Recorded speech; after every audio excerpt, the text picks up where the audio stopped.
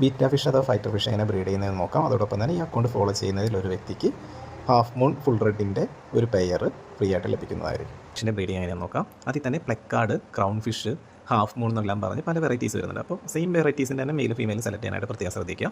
അതിനുശേഷം അവർക്ക് ഒരാഴ്ചയെങ്കിലും 2 നേരം നല്ല പ്രോട്ടീൻ റിച്ച് ആയിട്ടുള്ള ഫുഡ് കൊടുത്തതിന് ശേഷം ബ്രീഡ് ചെയ്യുകയാണെങ്കിൽ നല്ല ഹെൽത്തിയും അതുപോലെ നമ്പർ ഓഫ് കുഞ്ഞുങ്ങളുടെ എണ്ണത്തിലും കൂടുതൽ കിട്ടുന്നതായിരിക്കും.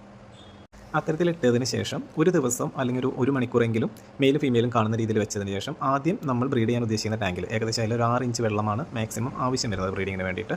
അതിലേക്ക് ഈ പറയുന്ന ആൺ മത്സ്യത്തെ ആദ്യം ഇടണം. അതിനുശേഷം ഒരു മണിക്കൂറോ അല്ലെങ്കിൽ കുറഞ്ഞ ഒരു 15 മിനിറ്റ് കഴിഞ്ഞ ശേഷം ഫീമെയിൽ മത്സ്യത്തെ ഇറക്കി വിടുക. അതിനുശേഷം 1-2 ദിവസത്തിനുള്ളിൽ ചിലപ്പോൾ ഇട്ട അന്ന് തന്നെയോ ആയിട്ട് നമുക്ക് ബ്രീഡിങ് സ്റ്റാർട്ട് ചെയ്യുന്നതായിരിക്കും. ബ്രീഡിങ് എങ്ങനെയാണെന്ന് നിങ്ങൾക്ക് ഇപ്പോൾ വീഡിയോയിൽ കാണാൻ സാധിക്കും. അത്തരത്തിൽ അവർ ഇണചേർന്ന് താഴേക്ക് വീഴുന്ന എഗ്ഗ് ആൺമത്സ്യം ശേഖരിച്ച് ആൺമത്സ്യം നേരത്തെ ഉണ്ടാക്കി വെച്ചിരിക്കുന്ന ബബിളിൻ്റെ ഉള്ളിലേക്ക് ശേഖരിച്ച് വെക്കുന്നതായിരിക്കും. അത്തരത്തിൽ ശേഖരിച്ച് വെച്ച് ആൺമത്സ്യമാണ് ഈ മുട്ടയ്ക്ക് കാവലിരിക്കുന്നതും വിരിയിക്കുന്നതും ഈ ബബിളിൽ നിന്ന് താഴെ വീഴുന്ന മുട്ടകളെല്ലാം വീണ്ടും ശേഖരിച്ച് ബബിളിൻ്റെ ഉള്ളിൽ വയ്ക്കുന്നതെല്ലാം ആൺമത്സ്യമായിരിക്കും.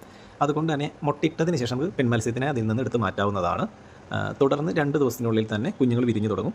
പിന്നീട് ഒരു 2 ദിവസം കൂടെ ആ ആൺമത്സ്യം അതിൻ്റെ കൂടെ തന്നെ കിടക്കുന്നതാണ് നല്ലത്. അതിനുശേഷം നമുക്ക് ഉണ്ടാകുന്ന കുഞ്ഞുങ്ങൾക്ക് ആർട്ടീമിയ അല്ലാന്നുണ്ടെങ്കിൽ മൈക്രോ മൊയിന എന്നിവ ഫസ്റ്റ് ഫീഡായിട്ട് കൊടുക്കുക. അതുപോലെ മൈക്രോ വേംസ്, ബിയർ വേംസ് എന്നിവയൊക്കെ നമുക്ക് ഫീഡായിട്ട് ആദ്യം കൊടുക്കാം. ഏകദേശം ഒരു 2-3 ആഴ്ചയ്ക്ക് ശേഷം നമുക്ക് സാധാ പ്രിൻസ് വീലോ അല്ലെങ്കിൽ ആ രീതിയിലുള്ള ഏതെങ്കിലും കൈത്തീറ്റകളും കൊടുത്ത് സ്റ്റാർട്ട് ചെയ്യാവുന്നതാണ്.